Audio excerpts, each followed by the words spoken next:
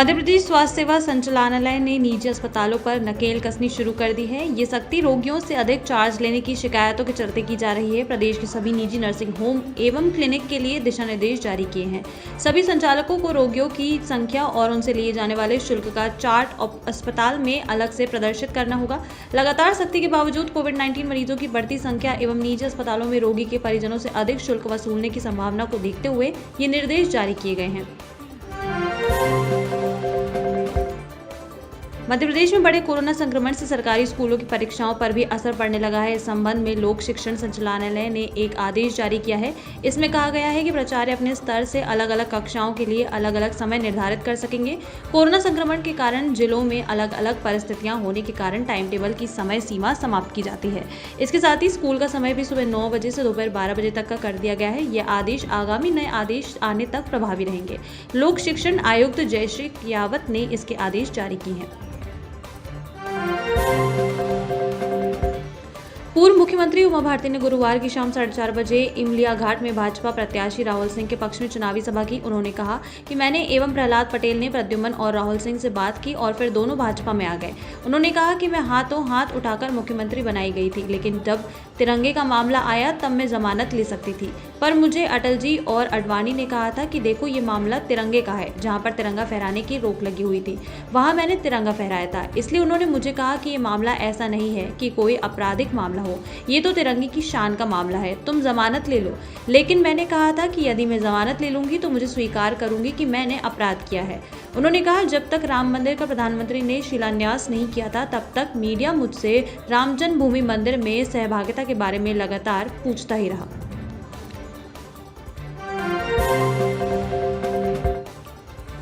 छत्तीसगढ़ के बीजापुर में सीआरपीएफ और नक्सलियों के बीच हुई मुठभेड़ में करीब 22 जवान शहीद हुए थे और माओवादियों ने एक जवान को अगवा भी कर लिया था।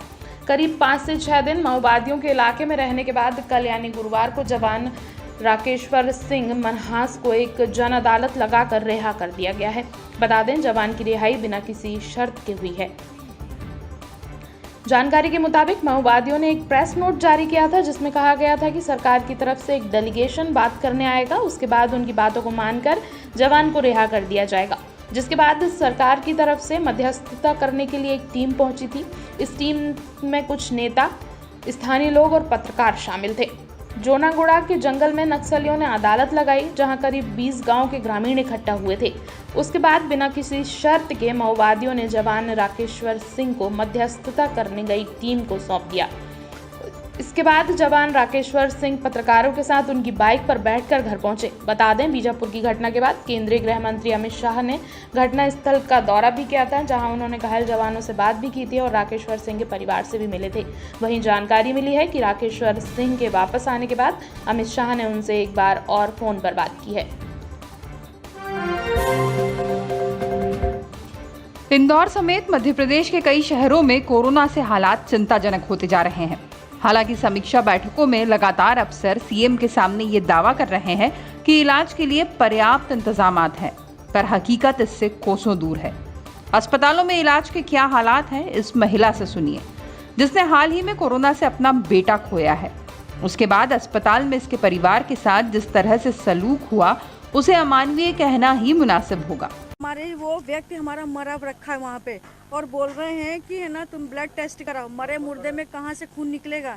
बहुएं हमारी दोनों है ना दोपहर भर भटकती रही बेचारी, इंजेक्शन के लिए कहाँ नहीं गई हैं। तो ने हमारे बेटे को कहा गए अंदर। वो मैडम बोलती कि है ना मैं तो पेशेंट हूँ, मैं मतलब पेशेंट तो फिर इंजेक्शन बेचने की तैयारी क्यों। जैसे हम लोगों ने वीडियो बनाना चालू करे वो इतनी तेजी से भागी कि कुछ पूछना। हमारी बहू वहाँ बेहोश हो गई इमरजेंसी में, कोई डॉक्टर नहीं, कोई कुछ नहीं।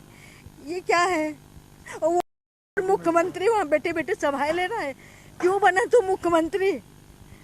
बेवकूफ बनाने के लिए पब्लिक को।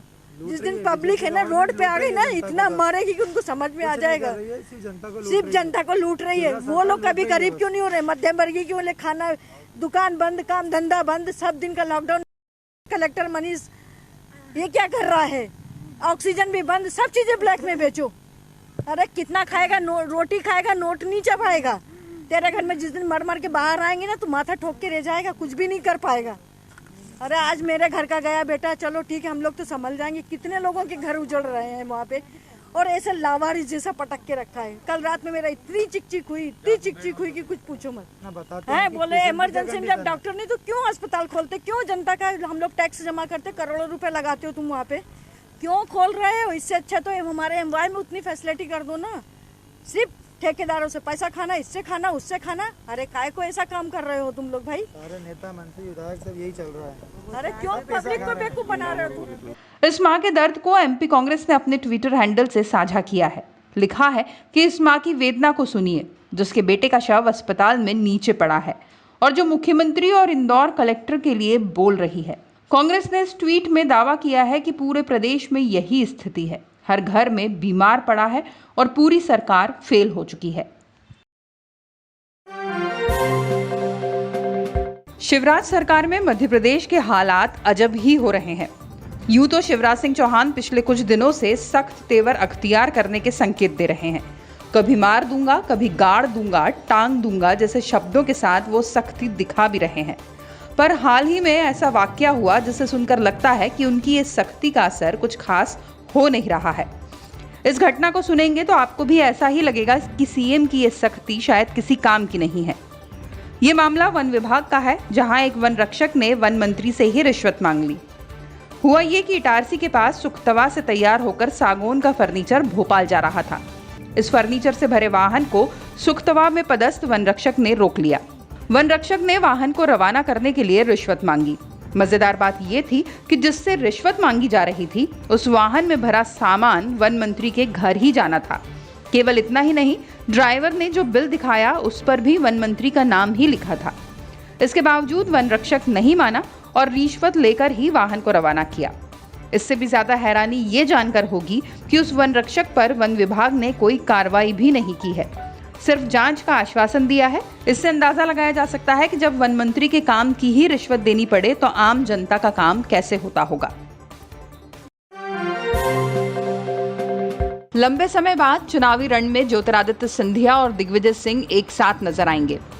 विधानसभा चुनाव 2018 तक ये नजारा आम था, जब सिंधिया और दिग्विजय सिंह एक साथ एक मंच पर नजर आते थे। पर पिछले साल सिंधिया ने बीजेपी ज्वाइन की, उसके बाद से ऐसी तस्वीरें चुनावी मैदान में कम ही दिखाई दी। विधानसभा उपचुनाव के दौरान भी ऐसे नजारे कम ही दिखे कि सिंधिया और दिग्गी साथ साथ हों। पर अब दमोह उपचुनाव में ऐसा हो सकता है कि दोनों फिर साथ आएं। इसका ये कतई मतलब नहीं कि ज्योतिरादित्य सिंधिया कांग्रेस में वापसी करने वाले हैं या फिर दिग्विजय सिंह अपनी आस्था बदलकर बीजेपी में शामिल होने वाले हैं।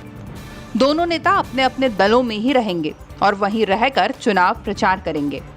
हुआ दरअसल ये है कि सिंधिया का नाम चुनाव प्रचार के कार्यक्रम में शामिल होते ही कांग्रेस ने दिग्विजय सिंह को मैदान में उतारा है।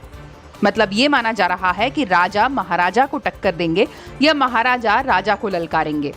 जो भी होगा, पर चुनावी मैदान में दोनों बड़े नेता लंबे अरसे बाद आमने सामने नजर आएंगे। अब इस चुनावी जंग का नफा नुकसान कौन सी पार्टी भुगतती है, ये भी देखने वाली बात होगी।